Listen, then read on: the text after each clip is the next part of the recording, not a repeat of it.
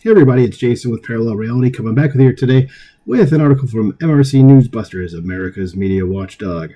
So March 12th, and it says, when the word insurrectionist should be used. And we know the left-wingers like to use that word to describe a certain current president of ours and the things that happened on a certain date in a certain January a few years ago, and they never seem to get it right. So let's go ahead and see what Mr. Tim Graham here has to say about this. He says, it would have been a dangerous drinking game during the Biden presidency to chug every time the media broadly described January 6 protesters as insurrectionists. It didn't matter whether the protesters were violent or vocally supported overthrowing the government. That was the automatic journalistic assumption for every protester on the scene. So it's remarkable when you consider the case of radical leftist Mahmoud Khalil and the group he led, Columbia University Apartheid Divest, or CUAD. On March 10th, the network Evening News didn't find an insurrectionist, or the Evening News shows didn't find an insurrectionist. They came rushing to his defense. Yes, because you all suck to the Evening News programs. You're all stupid. Anyway, it says the Trump administration pulled Khalil's green card for support for Hamas terrorism. Everything Trump does is reflexively opposed as unjust. Yeah, that's part of the problem too, is like they have such TDS, Trump derangement syndrome, that like he could come out and say 1 + 1 is 2, and they're going to have news programs for like an entire cycle that are just explaining why he's wrong, and it could possibly be 3, maybe even potato it sometimes. Like, they don't care. They're going to do anything they can to go against anything that he says. So it says NBC's Emily Ikeda was vague. And she said, Khalil recently finished a master's at Columbia and helped lead pro-Palestinian protests on campus. ABC's Aaron Katursky also said, as a Columbia University graduate student, Khalil helped lead pro-Palestinian protests and organize encampments that took over the campus for weeks last spring. Reporters pointed out that his new American wife was pregnant, so Trump seems meaner. Yeah, it's always, we're going to leave out the bad stuff and also try to make it a sob story. Okay, that's what the media does, because they're trying to play on your emotions, not on the facts, which, the dude supports terrorists. So CBS reporter Lilia Luciano editorialized, you could feel the chill in the air, which really matched the chill in terms of freedom of expression. It's not freedom of expression to support terrorist groups. Okay? The CBS never found anything chilling in prosecuting nonviolent grandmas for parading in the Capitol. Yes, that is much closer to chilling than deporting a known terrorist supporter. Says PBS NewsHour correspondent William Brangham read from a Trump message on Truth Social that Khalil is a radical foreign pro-Hamas student who engaged in pro-terrorist, anti-Semitic, anti-American activity. Now, as I said, the administration has not provided any details alleging that he has done or said or done any of these things.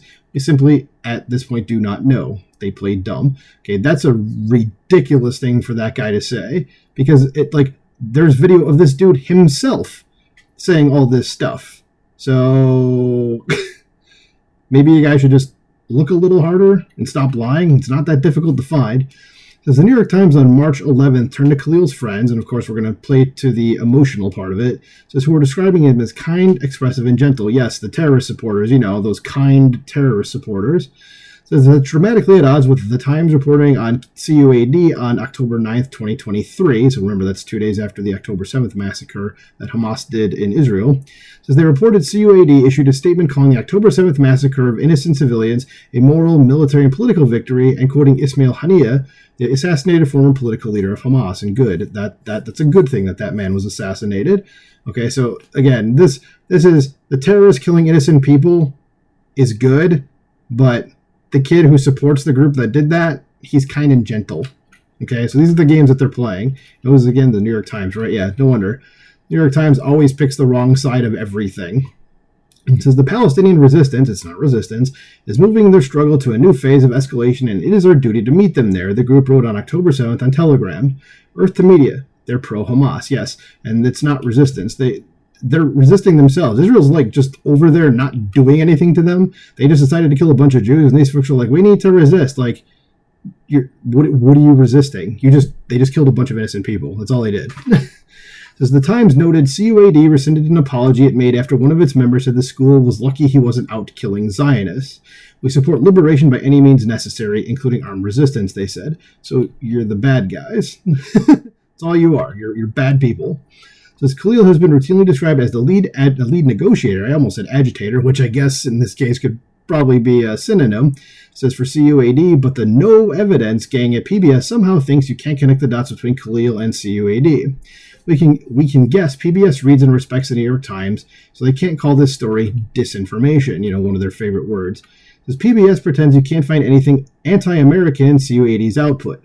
So it's embarrassing to note CUAD posted on social media, quote, "We are Westerners fighting for the total eradication of Western civilization." Well, that's end quote there, I should say, too. PBS, you guys you have anything to say about that? It says they suggest oppressed territories of the world include Hawaii, Guam, and Puerto Rico. Yeah, okay, so basically any U.S. territory that enjoys having the U.S., the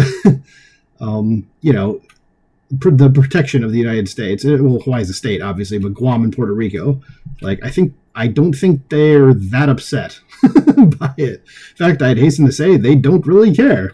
Anyway, only a couple more paragraphs to go here, so let's get this finished up. It said the New York Post reported Khalil was caught on camera at last week's hostile takeover of the Milstein Library at Barnard College. It said videos and photographs posted on X depict him holding a bullhorn near the library entrance and engage in discussion with school administrators. Yeah, I've seen that video. I didn't listen to it, I just saw it. It says reasonable people can debate whether it is fair and reasonable to pull Khalil's green card and send him packing. I think it is. He's a terrorist supporter. Get him the hell out of here. Says, but reasonable people should admit that the reality that Khalil is an insurrectionist. He is a radical and an extremist. He embraces the murder of innocent civilians in the pursuit of liberation. He is not a kinder, gentler protester. Yep.